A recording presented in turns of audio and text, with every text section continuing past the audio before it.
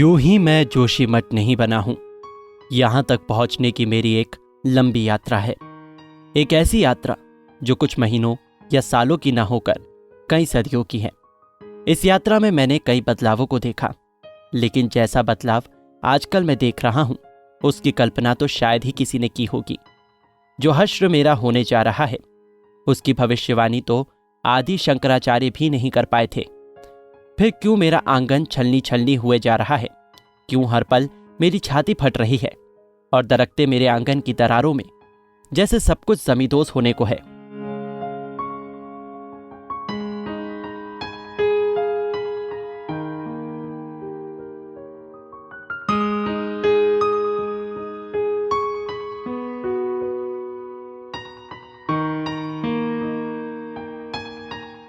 लगातार बढ़ती इन्हीं दरारों के बीच ना चाहते हुए भी मैं अपने बनने के दौर में पहुंच गया हूं।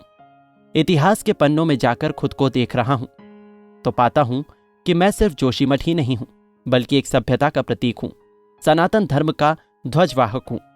सदियों का सुनहरा इतिहास छुपा है मेरे गर्भ में।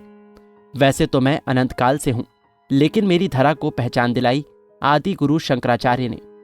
कुछ तो खास था मुझ में, जो ज्ञान हासिल करने के लिए 8वीं सदी में मेरी धरती पर आए आदि गुरु। मेरी धरती से ही तो शुरू हुआ था सनातनी मठों के बनने का सफर। मेरे आंगन से ही गुजरता है बद्रीनाथ धाम का रास्ता। पूरे देश में सनातनी भगवान बद्री विशाल के दर्शनों से पहले आज भी मेरे घर से ही गुजरते हैं। रात सर्दियों के 6 महीने बद्रीनाथ की गद्दी मेरी माटी में बने नरसिंह मंदिर में रहती है। नरसिंह मंदिर जितना सुंदर है उतना ही प्राचीन भी है।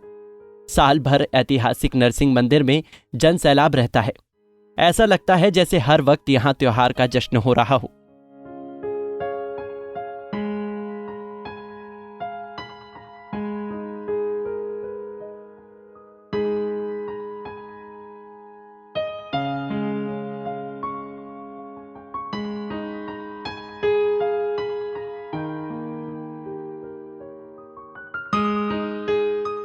अलकनंदा और धौलीगंगा जैसी जीवनदायिनी नदियों के बीच मैं जोशीमठ कत्यूरी शासकों की प्रिय स्थली रहा। पहाड़ के इन शूरवीरों ने पूरे 4 सदियों तक मुझे अपनी राजधानी बनाया। कत्यूरी राजाओं ने तो कार्तिकेयपुर नाम से भी मुझे नवाजा। आदि गुरु शंकराचार्य के आने के साथ मेरा सफर भले ही ज्योतिर्मठ के नाम से शुरू हुआ हो, लेकिन फिर मैं कार्तिकेयपुर और आज जोशीमठ बना। सनातनी धर्म का ध्वजवाहक तो मैं रहा ही हूं। यही नहीं, मेरे आंगन से ही सिखों के 10वें गुरु गोविंद सिंह भी गुजरे थे हेमकुंड साहिब के लिए।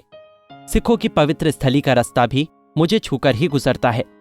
हर साल लाखों सिख धर्म के अनुयायी भी आते हैं मेरे आंगन में। यूं ही नहीं बना मैं जोशीमठ। चीन बॉर्डर पर बसे नीतिमाणा जाने का सफर भी मेरे आंगन से ही शुरू होता है। 1962 के चीनी हमले में भी मेरी धरती पर देश के योद्धा ठहरे थे। दुश्मनों को करारा जवाब देने के लिए यही भारतीय सेना ने अपना कैंप भी बनाया है। यही नहीं, देश की सुरक्षा के लिए हेलीपैड भी बना है। चीन के बॉर्डर को जोड़ने वाली कई सड़कें यहीं से कटी हैं। इन्हीं सड़कों के जरिए जाबाज पहुंचते हैं।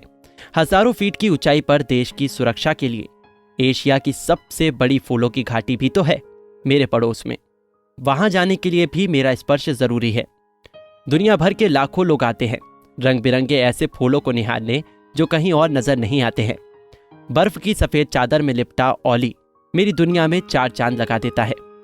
श्रद्धालुओं की आस्था का द्वार होने के साथ ही मैं देश दुनिया के सैलानियों की पहली पसंद भी हूं। देश की सुरक्षा का केंद्र बिंदु भी मैं ही हूं।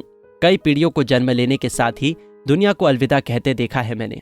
आदिकाल के जंगल युग से आधुनिकता का सफर तय किया है मैंने। एक दौर था जब मैं यहां अकेला था, लेकिन वक्त के साथ काफिला बढ़ता गया। ये काफिला इतनी तेजी से बढ़ा कि मेरी कमर ही टूटने लगी। मेरे अपनों ने भी कोई कसर नहीं छोड़ी मुझे खोखला बनाने में।